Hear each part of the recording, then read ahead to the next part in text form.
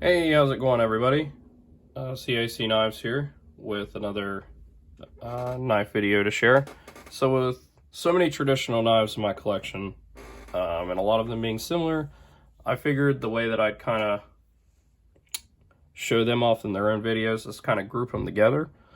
And I know I showed them all off in my collection video, but this will kind of, if you like certain ones, this will kind of allow you to see certain ones more close up and more in detail. I got my microfiber cloth here to wipe off all my fingerprints that I'm sure I'm going to get on all these, because that's just what happens. But I got the Black Widow series here, the Moss series, and I don't know if these were called the Gold Strike or Gold Mine or something like that, may say on the blades. And I can kind of show you the difference, when you get a larger one, say a trapper, as opposed to a toothpick.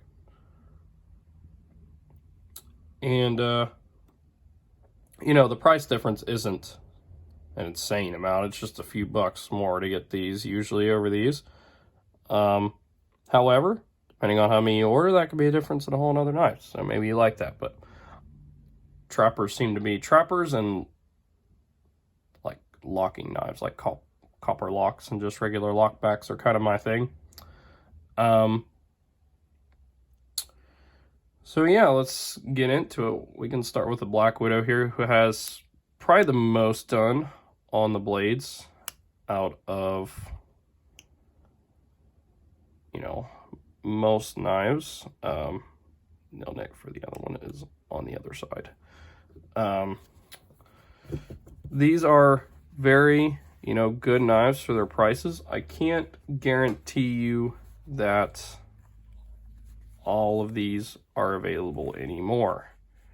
Some of these may be available in other types,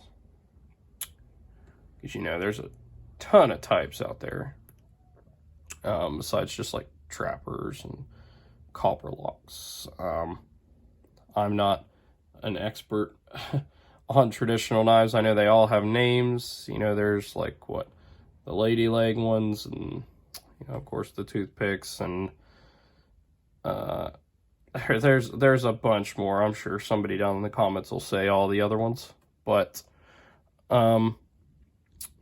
I really like spiders, the Black Widow in particular. I love the design on their backs. If you guys hear some real loud howling, that's the wind outside in Ohio today. Crazy how much the weather's been changing almost every day here, but that is how it is living in Ohio. But back to the knives here. With this Black Widow knife, you got pretty cool design of a spider there on the smaller blade, with the Black Widow. And then you got kind of a sheep's foot style blade on there as well. And then you of course have one of the coolest things you can get on these knives, in my opinion. You got the Black Widow, crawling on its web on the main blade there. And like I was saying, these are, to start a knife collection, guys, if you like traditional knives, unless you are somebody who, really takes offense to knives being made in China, I don't see what's wrong with these. I mean, they have very minimal fit and finish issues. Like, they're not perfectly lined up. You could see it's not perfect, but you know what? I've seen case knives that, weren't perfectly lined up, and they're 5 or 6 times this price. So, there you go. But, purpose of these isn't really for me to review these knives. I already think they're great for what they are. They do have crappy steel. I think they use 440A. It may actually say right here. Let's see. It says 440 stainless steel, which means 440A. Trust me. That's what that means. So they're going to get dull real quick. But you know what? Another cool thing about traditional knives is, hey, if you take one of these to work with here or something, or you're using one, you have more than one blade. So if it's crappy steel 440A, let's say it goes dull after you breaking down like 20 boxes, goes dull. Well, hey, I can just open up my other blade. I can break down 20 more boxes. And then they're insanely easy to sharpen when they get home. Another thing is, if you damage one of these, you know, as long as they're in stock, they're pretty easy to replace. It's not difficult to drop $10 or $15 on a knife. It's a lot more difficult to drop, you know, $60 to $80 on a case knife if you're into traditionals, or, you know, if you want to, with flipping knives, you know, folders and thumb stud knives and stuff like that, there's a lot of budget options out there that are pretty good these days. You can get between 20 to 40 bucks if you really need a good knife like that. But if you're only into these knives, it's going to be hard to beat Rough Ryders, guys. It really is, especially if you're into collecting. But moving on to the, you know, kind of California gold here, which is kind of what these were modeled after, kind of like the gold rush back in America's history. The gold flakes is cool. It's probably just some kind of like gold foil or glitter or something like that, but it looks really cool, you know, kind of in the resin of the knife. And let's go ahead and get these two out of here, and we'll compare these two here in a minute. On the toothpick, you know, they only got one knife to work with, and a little knife at that, and it just says gold, pan it, dig it, find it. But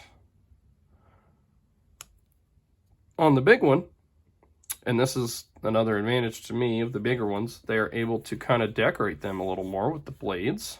Because here you got the, you know, the gold it, pan it, dig it, find it on the main blade there. But then the other one, you got kind of a cool showing of the mines and strike it rich on there.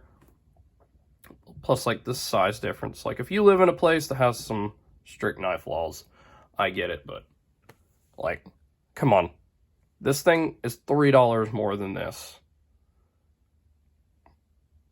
you know, unless you're getting a case or something and all you can afford. Because with case, we're talking bigger price differences. With case, let's say you can get a toothpick for 40 or 50. Well, their trappers are like, you know, 60 to 80 if their toothpicks are 40 to 50 a lot of the time. So I understand it a lot more. You know, $10 to $30 is a big difference than $3. So trust me, I get it, especially if you're trying to get more of them.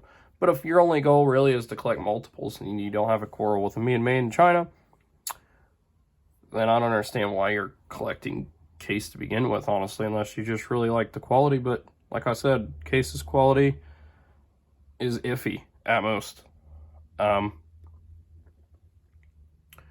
I would recommend these over case any day, really, considering you can get them at a 5 to 1, 6 to 1 ratio. But yeah, that was my first 4 in this series. I know I've got at least, I'm going to do one video of just the mother of pearl Rough Ryders that I own. And I'm going to do a video of my traditionals that aren't Rough Ryders, and a video of my lockback Rough Ryders. If you don't care to take a minute to like and subscribe, guys, it really helps me out. Keeps me motivated to keep doing what I'm doing. Let me know what you think of Rough Ryders down below. Do you collect these too? I know it was a cool way for me to build my collection up quick. I know a lot of people like Patty's Potato Pillars and Williams Knife Life and You know, I have so many YouTubers that I watch that mainly focus on these knives, and it's cool that there's a lot of other people out there that collect these just to have a nice, cool collection to look at.